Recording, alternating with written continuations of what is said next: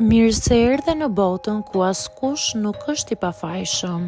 Sekrete shqiptare, vendi ku rrëfimet më të thella, më të ndaluara dhe më të pathëna të shqiptarëve marrin zë. Na bëni subscribe për histori të ndryshme.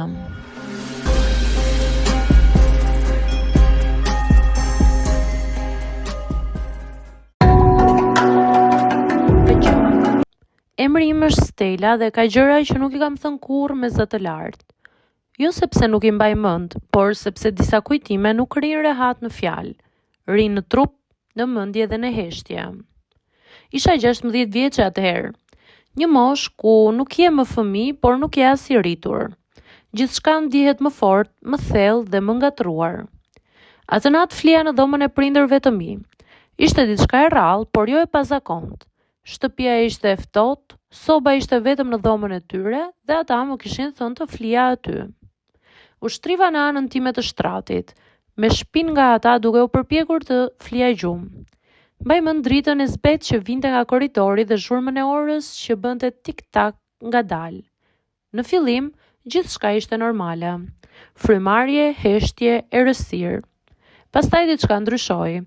Nuk ishte një pamje e qartë, nuk ishte diçka që doja ta shija apo ta kuptoja. Ishte një ndjesi, një lëvizje, një afërsi mes tyre që unë nuk e kisha përjetuar kurrë më parë në atë mënyrë. Ata menduan se mua më kishte zënë gjumi, dhe unë bëra sikur po flija.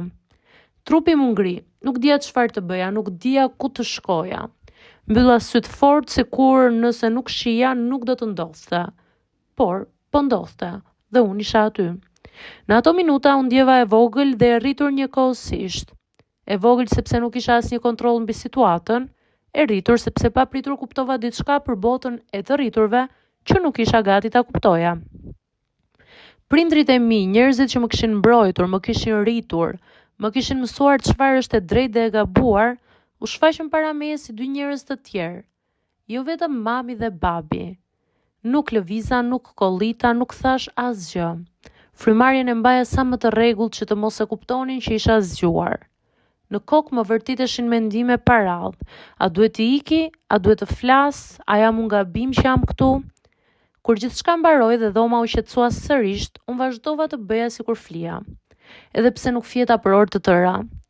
Ditën tjetër u zgjova me një ndjesi shumë të çuditshme.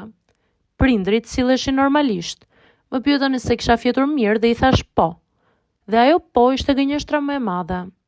Ajo heshtja ime ishte e vetëdijshme. Nuk i thash askujt, as shoqes time të ngushtë, as vetes për një kohë të gjatë.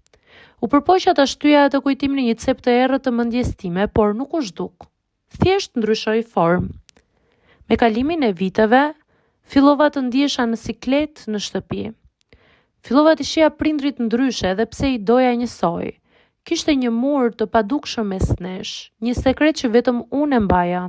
Dhe ndonjëherë, kur i shija duke qeshur së bashku, më kthehej ndjesia e natës, ngërç në stomak.